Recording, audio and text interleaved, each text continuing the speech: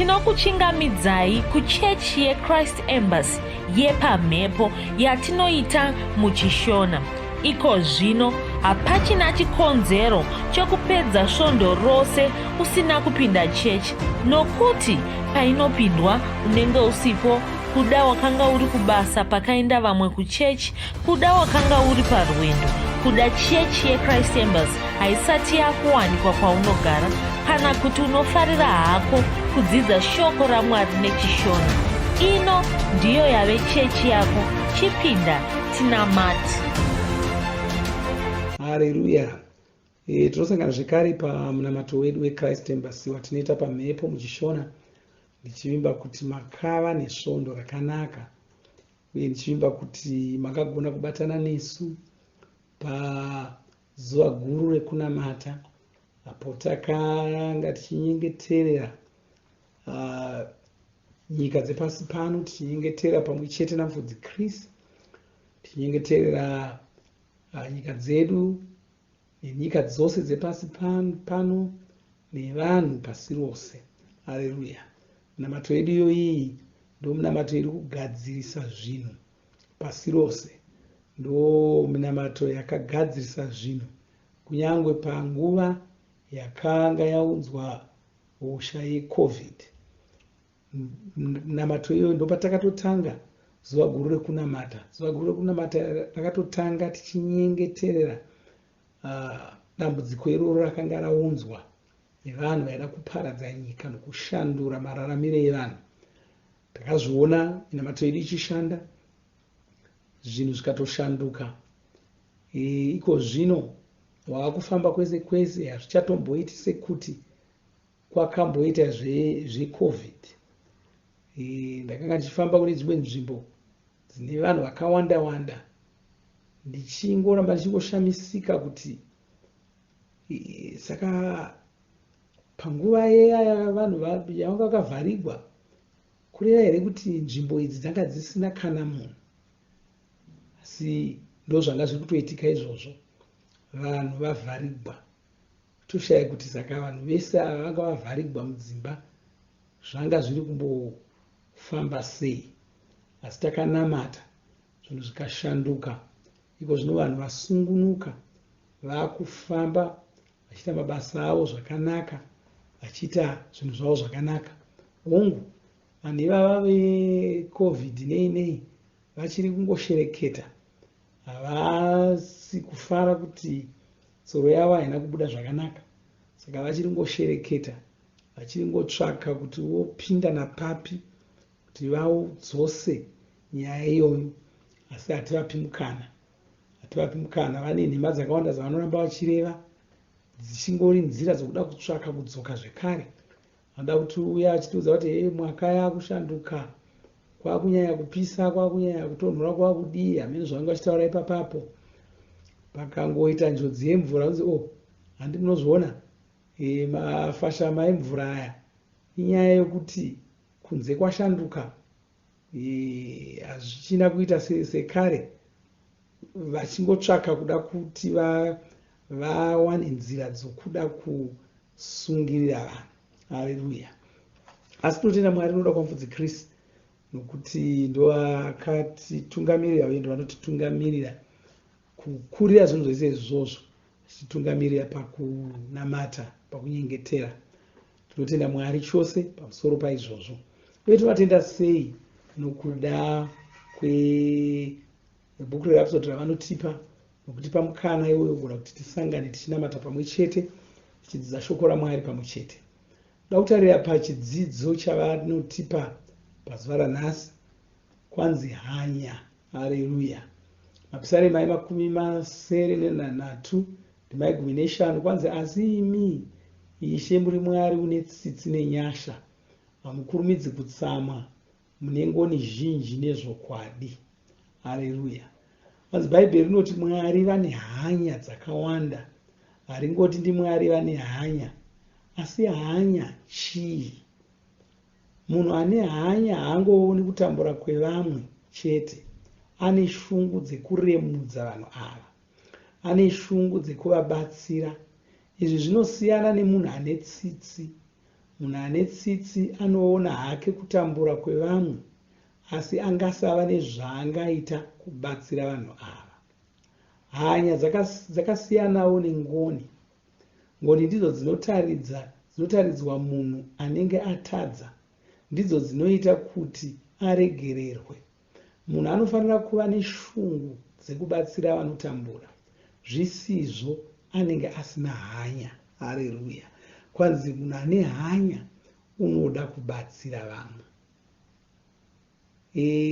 Munhu ane tsitsi anogona kungoona kuti ndosaka munhu achitaura zviya unonzwa kutaura achiti ndamunzwira tsitsi zvokwadi. Ndo matauriro anoita vanhu. Ndamunzwira tsitsi. Ndamuona achitambura achirohwa, ndamunzwira tsitsi. Anongonzwa tsitsi ari kwaari ikokoko. Asi munhu ane hanya haadaro, anoenda unobata kuti aiwa chiregai kurova munhu uyu. Kana muchida chirova inini.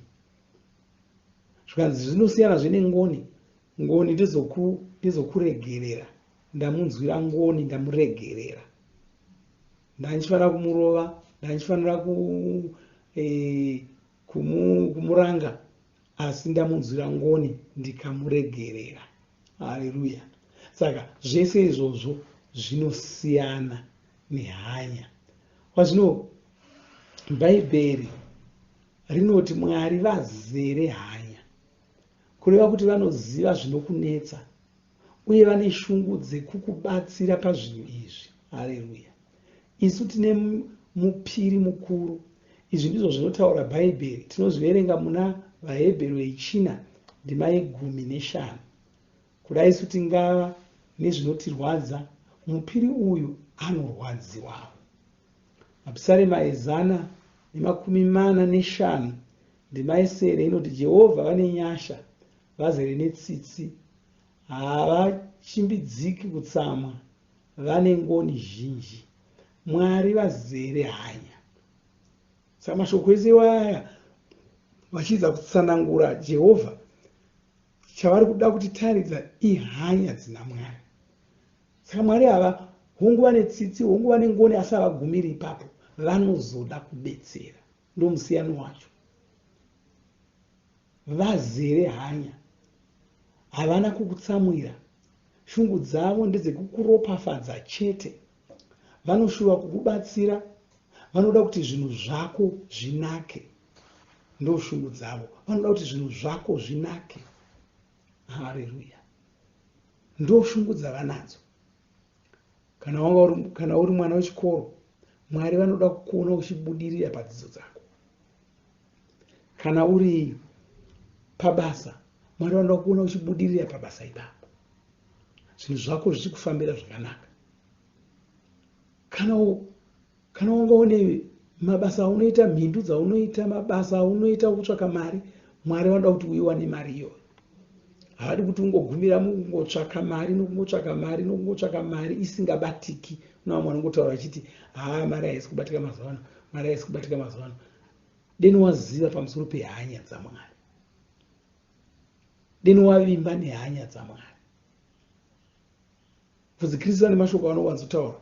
Vanoti Mwari vane shungu dzokuti ubudirire, uye shungu dzavo idzi dzinozodarika dzaunadzo iwe.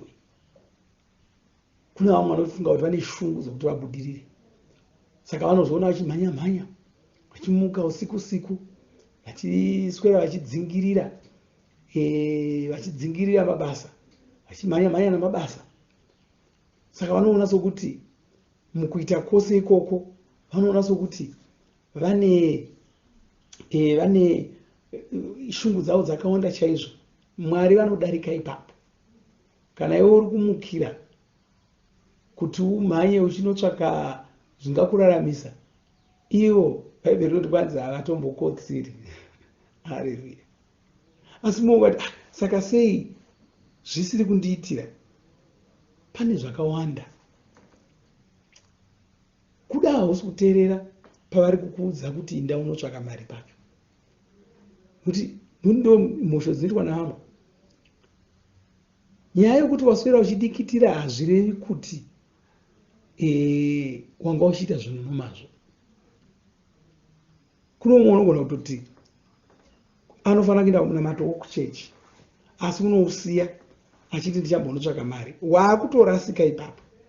Mwari vanga vaida kuti toenda kunamato kuchechi uko ugozo ndokwawanga wachatozonoiwanira mari yacho. Kuna vamwe vanokakavara ukamuti ipa mupiro bhadhara chegumi, ita izvo, vanokakavara kana hazviiti, waakutoramba mari yavo uri kupiwa naMwari paya. Saka unozozviwana uchingotambura nongofondoka pasina chiri kubuda, isiri kubatika, nokuti hausi kuda kuteerera nzira yavari kukupa ivo yokuti uwane mari yacho. Hausi kuda kuiteerera, hausi kuda kuita zvinhu nenzira yavanokuita. Verenga bhaibheri rese uchaona kuti Mwari mukushanda kwavo navanhu vavo vane nzira dzavanoda kuti dziterekwe. Dzikasaterekwa hapana chinobuda. Ukatarira nyange muhondo dzevana vaIsraeri vaiudzwa zvokuita pavakauyisa masvingo eJeriko. Tinotaura pamusoro pemasvingo eJeriko kwose kwose, uye vanhu vazhinji vanoziva rungano ikoko. Masvingo aya haana kungodonha, vakatoudzwa zvokuita. Vakanzi vapiri venyu ndo vanofanira vari mberi navanoridza mabhosvo nevanoita zvese. Vakabata mukoko waMwari vachitenderera. Kwainga vaite mazuva matanhatu, vomuka zuva rokutanga votenderera kamwe chete, vomuka zuva rechipiri votenderera kamwe chete, vomuka zuva rechipiri votenderera kamwe chete. Kwanzi vatenderere kudaro vasina chavari kutaura, vakanyarara kuti zero, vachingofamba. Zvikanzi zuva rechinomwe ngavatenderere kanomwe, vachidanidzira kechinomwe kacho. Vakaudzwa chaizvo zvokuita.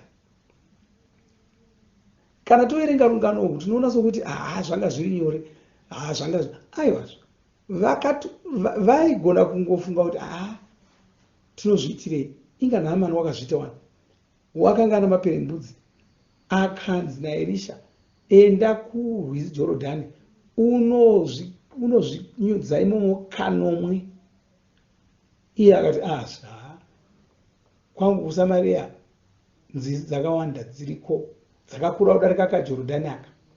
Ndanga ndichifunga kuti kana ndasvika ikoko achadana kuna Mwari wake, achaita mashiripiti, agodini, agozeya, agoungudza, agorira. Handina kuziva kuti achanditi ndinde kunozvinyudza mukarwizi kavaka.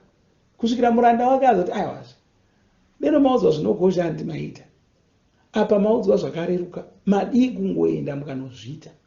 Ndo paakaenda akanozviita, akabudamo ganda rake raita soromucheche. Vana vaIsraeri vachipoteredza Jeriko, ndinofunga kuti paigona kutoitawo vamwe vanoti tinongotenderera. Makambozviona kupi kuti tingakurira guta nongotenderera? Handifungi kuti pakashayikwa vanhu vakafunga saizvozvo.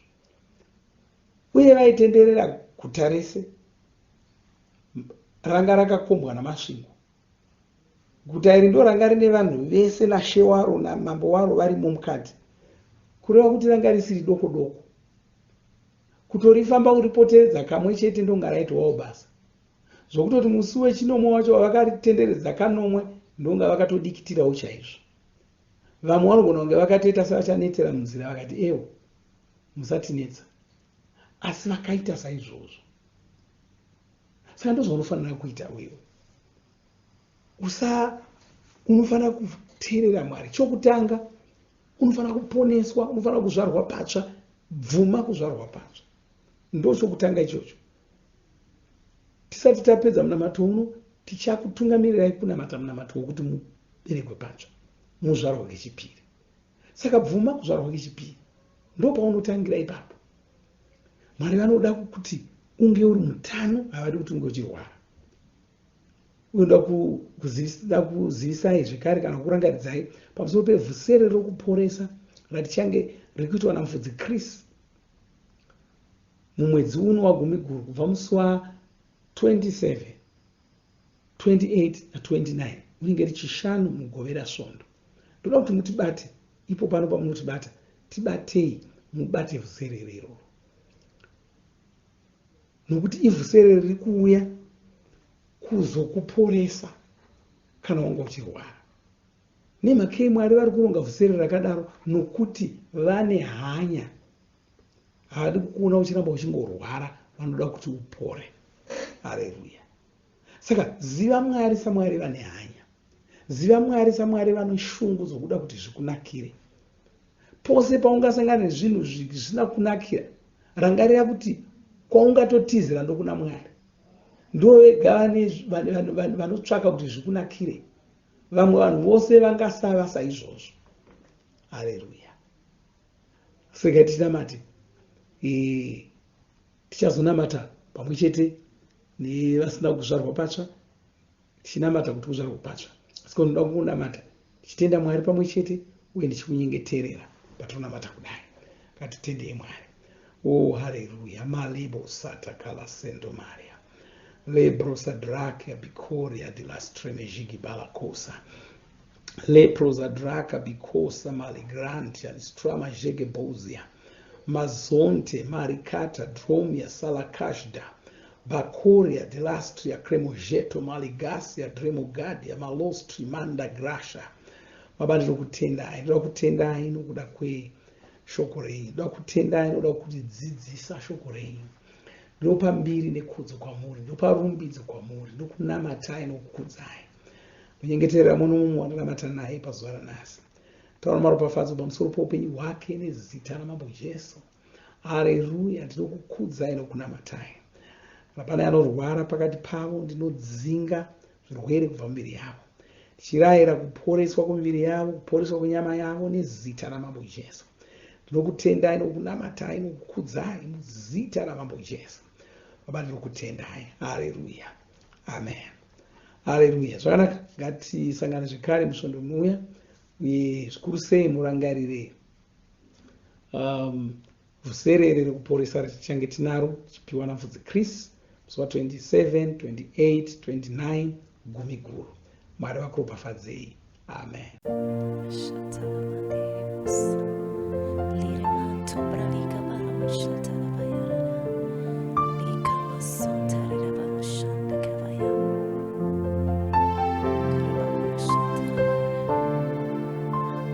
Zvose zvamanditira Ishe ndinotenda, mandita mukundi, hapana chandinotya, kundipa mufaro, kundipa rugare.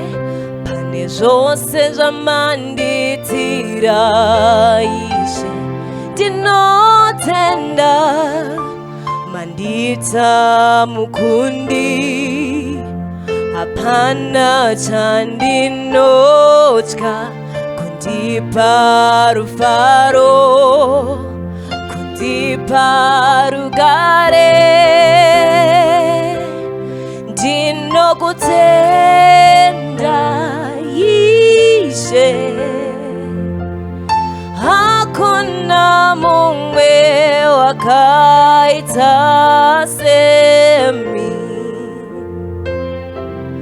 Ndinokutenda Ishe, hakuna mumwe wakaita semi.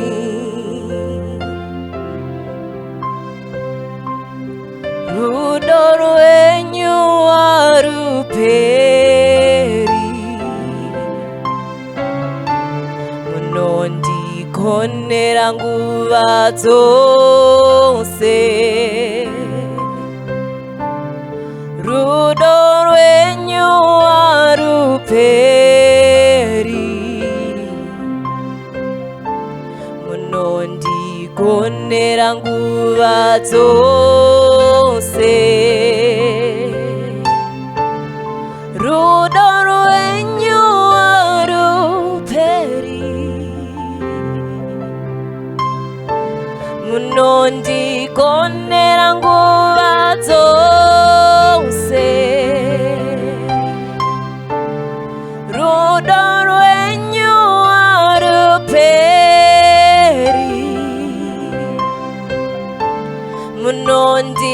ndinokuonera nguva dzose, ndinokutenda Ishe, hakuna mumwe wakaita semi. Ndinokutenda Ishe,